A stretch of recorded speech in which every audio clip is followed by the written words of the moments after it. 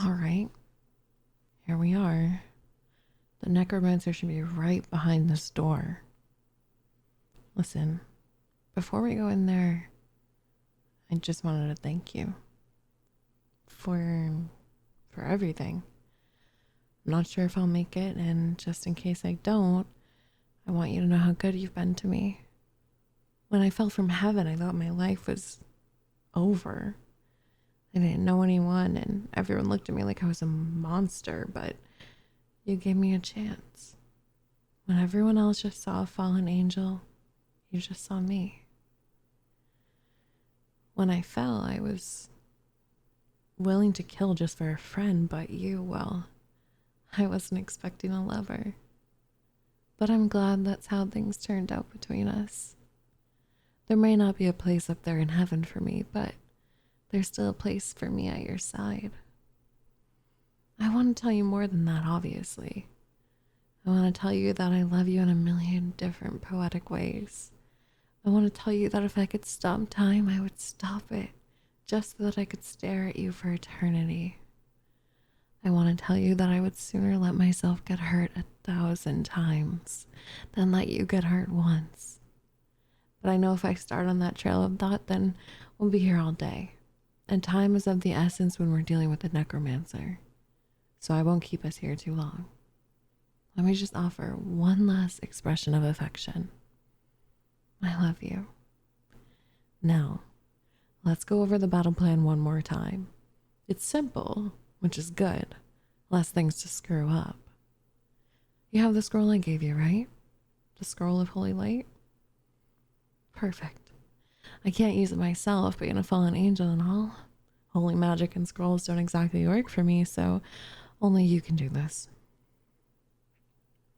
So when I bust down this door, you'll activate the scroll, which will blind all those nearby who are enemies to you. And since I'm your soulmate, I would hope that doesn't include me. Anyways, once the necromancer and any undead minions he may have are blinded, I will blast them all to ash with my lightning. I should be able to get many of them even with just a single casting due to how it arcs. Now, do you understand the plan? I know it's simple. That's why it's good. Now, do you understand the plan? Excellent. Just what I expected from the love of my life. Now, I'm about to bust down the door.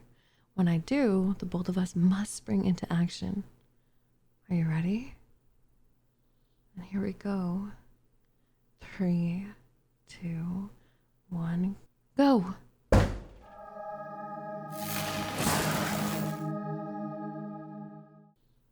Huh. That was a lot easier than I was expecting. Especially with all the death flags I was raising back there. Looks like we made it just in time, too. The necromancer had everything set up. All the peasant captives are tied up inside the ritual circle. The necessary markings all carved into their foreheads. All he had left to do was read the incantation on that scroll over there, and the captives would burn to ash as he ascends to immortality. Don't step inside the circle, my dear. Please. Here, let me handle this. I'll levitate the scroll over into my hands.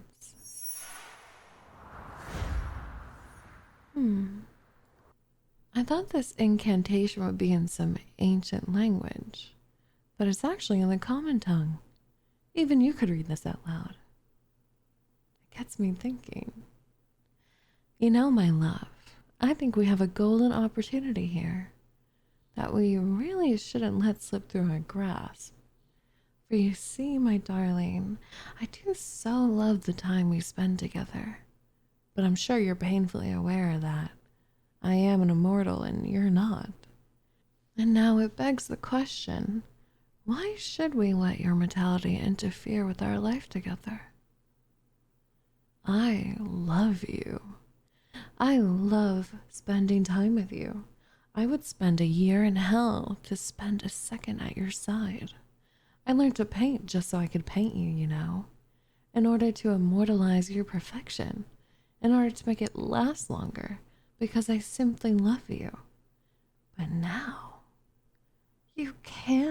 last forever. All you have to do is read a few words. It's perfect. Perfect, my love. I could not have asked for a better opportunity than this. Just read these few words and we can live forever together as lovers. The love life we were always meant to have. Yes.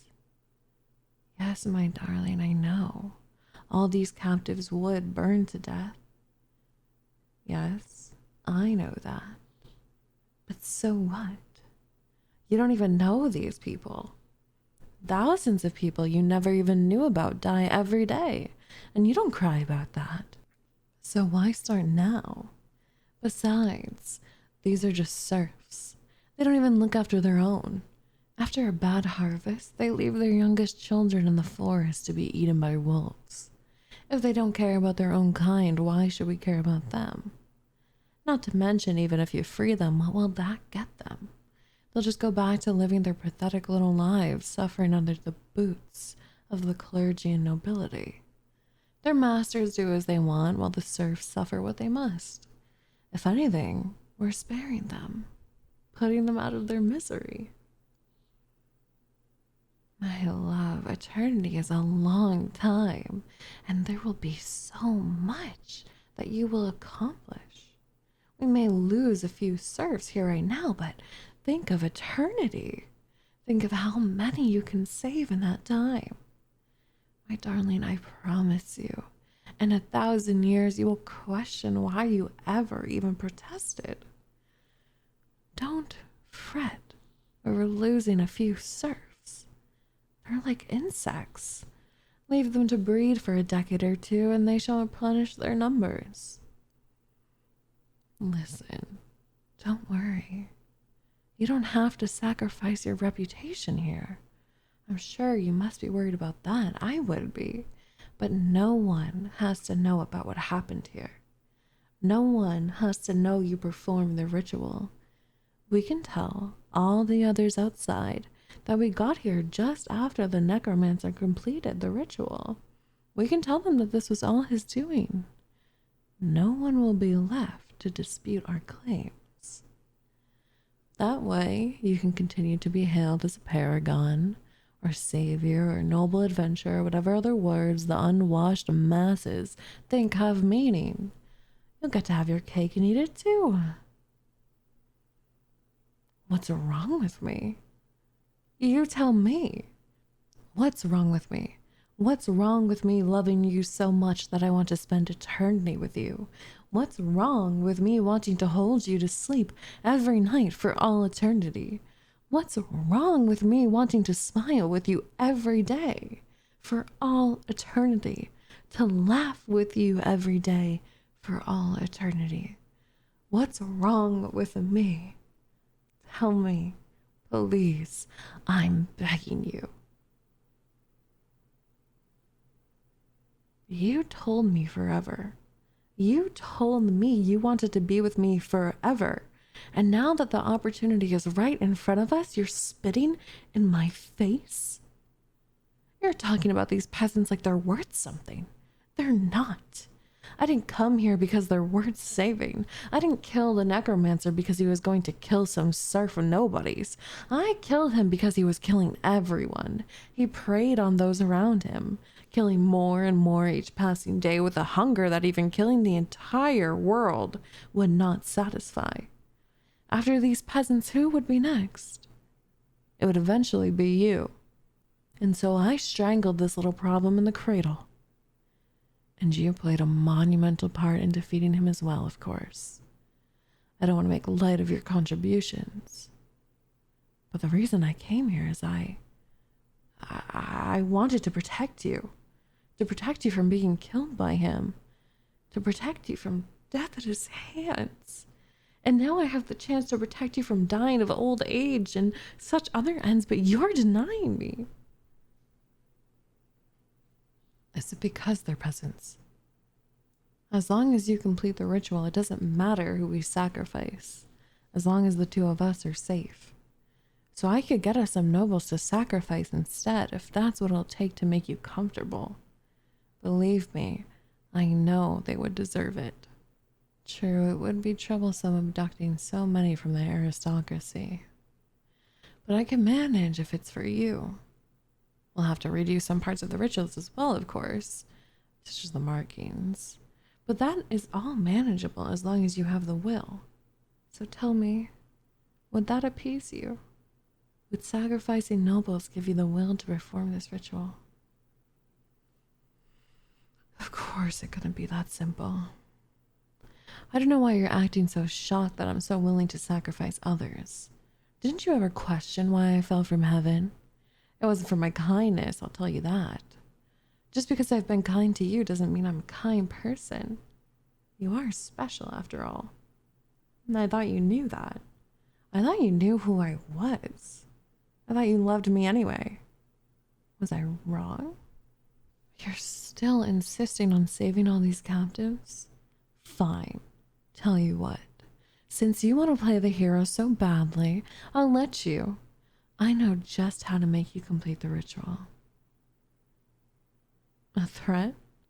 No, my love, that was not a threat. At least not to you. I didn't mean to make it seem like I was going to hurt you into submission. You're the love of my life. Could never hurt you like that. I'm no monster.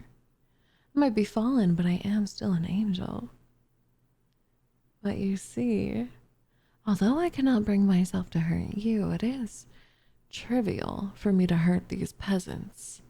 So, if you do not read the scroll, then I will hurt these peasants again and again and again until they beg you, screaming, to let them die. So what's it going to be, my love? Are you going to save them?